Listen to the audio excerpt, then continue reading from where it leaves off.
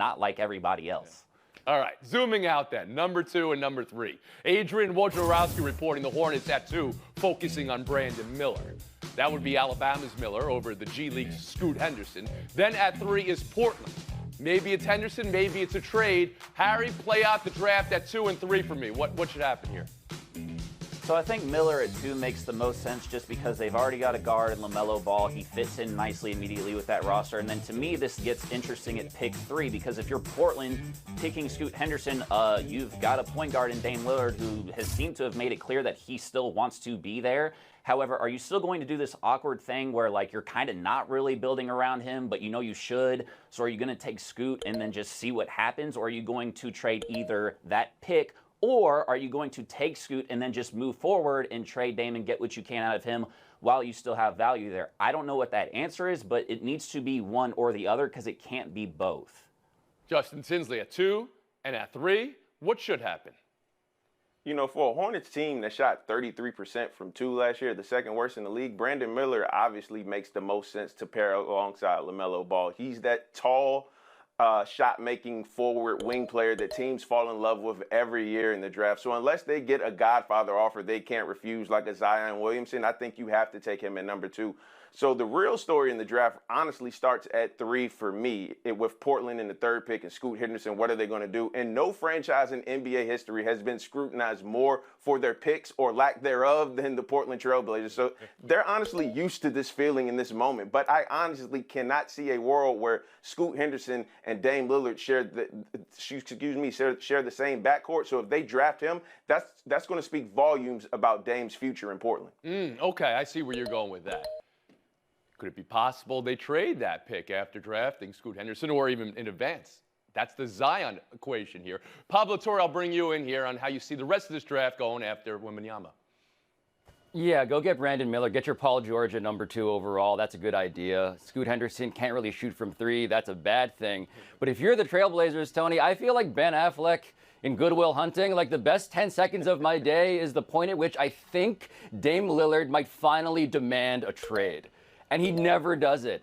And it's just, I'm just exhausted by it. The Blazers obviously need to actually force him out of there because it's not good for them either. Like, just do it, man. You're sitting on a lottery ticket, as they say, except in this case, maybe it's just Scoot Henderson. Okay. Yeah, go get somebody else, please, for Dame. Okay, and don't think I didn't hear that comp, Brandon Ingram and Paul George there. We'll get to that in a second. Mina Kimes on how this draft goes at 2 and 3 then. I'm with Pablo. First of all, I think this is an unusually strong 1, 2, 3 by many accounts, which should make this decision easy for picks 2 and 3. 2, go Miller. I think for the fit reasons, you can make a case for both players, but it makes sense to pair him with LaMelo. 3, take Scoot and end the long national nightmare that is this slow-moving breakup between Portland and Dame. Okay. Don't play it out. Don't take Scoot and say, let's see how it works. Let's go up to the trade deadline. I don't want that to happen. I want both sides to move on. I want Portland to maximize their value, and I want to see Dame Lillard on a contender. Something Brandon Miller said today is getting noticed. It was noticed by Pablo Torre here. I actually don't think LeBron is, the go to basketball. I think my go to basketball is Paul George. Guys, could there be a reason why you would say he's friends? He's got a favorite player. Maybe this is another stage of enlightenment. We were talking about whether Wembanyama has reached enlightenment. Maybe this is enlightenment. Anyone? It's gotta be 2. That is a up-to from Shams Charania, a report that the Celtics, Clippers, and Wizards talking about a 3-way deal that would send Kristaps Porzingis to Boston, Malcolm Brogdon to the Clippers, and draft compensation to Washington. Pablo Torre, around the horn to you. What part of this potential trade do you want to focus on?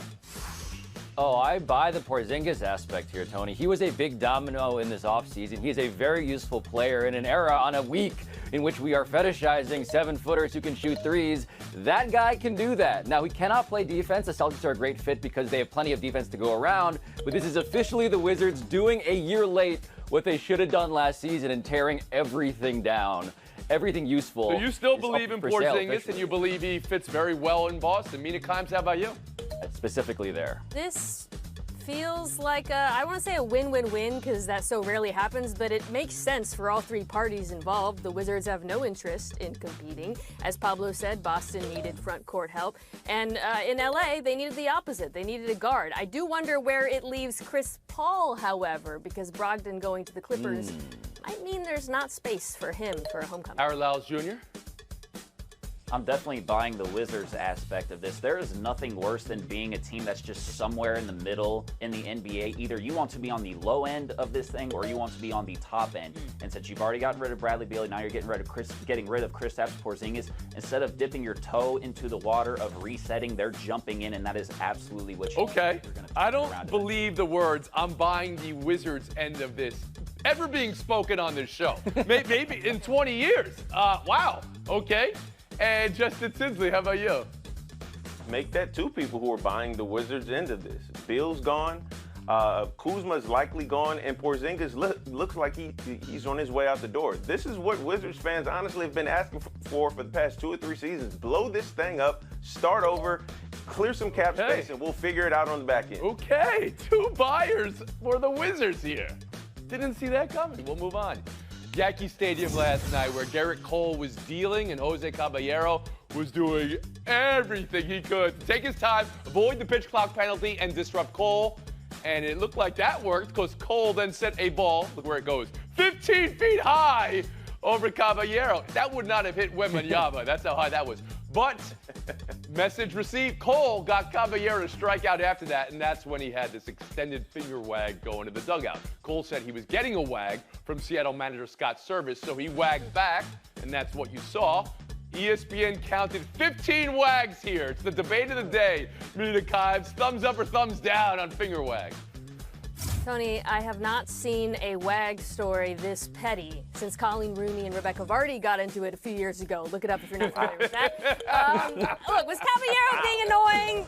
Yes. Did Garrett Cole sort of predictably overreact? Also, yes. But all that matters is the Mariners only scored 1 run off of him, so it was a win for them. Harry Lyles Jr. So on that pitch might not have hit Victor Wembanyama, but he could have caught it and put it back for a dunk, which is the miraculousness of him. But I will say this, it was going to be at some point that somebody was going to get Caballero back on this because it has been something that he has done repeatedly. It just so happened Garrett Cole found, and kudos to him, a great way not to just get back at him with other gamesmanship, but to not hit him with a pitch in retaliation. I thought this was great all around. Justin Tinsley. Look, I love everything about this. I love Caballero's plate tactics. I love Cole throwing it, basically hitting the top of the Empire State Building. Okay. And I love the camaraderie. I love the gamesmanship between both sides there, even if they were talking junk to each other. Okay. This is basically saying, go sit down. Don't play stupid games, you get stupid prizes. That's what Garrett Cole was saying right here. But is the finger wag the best and the 15 wag?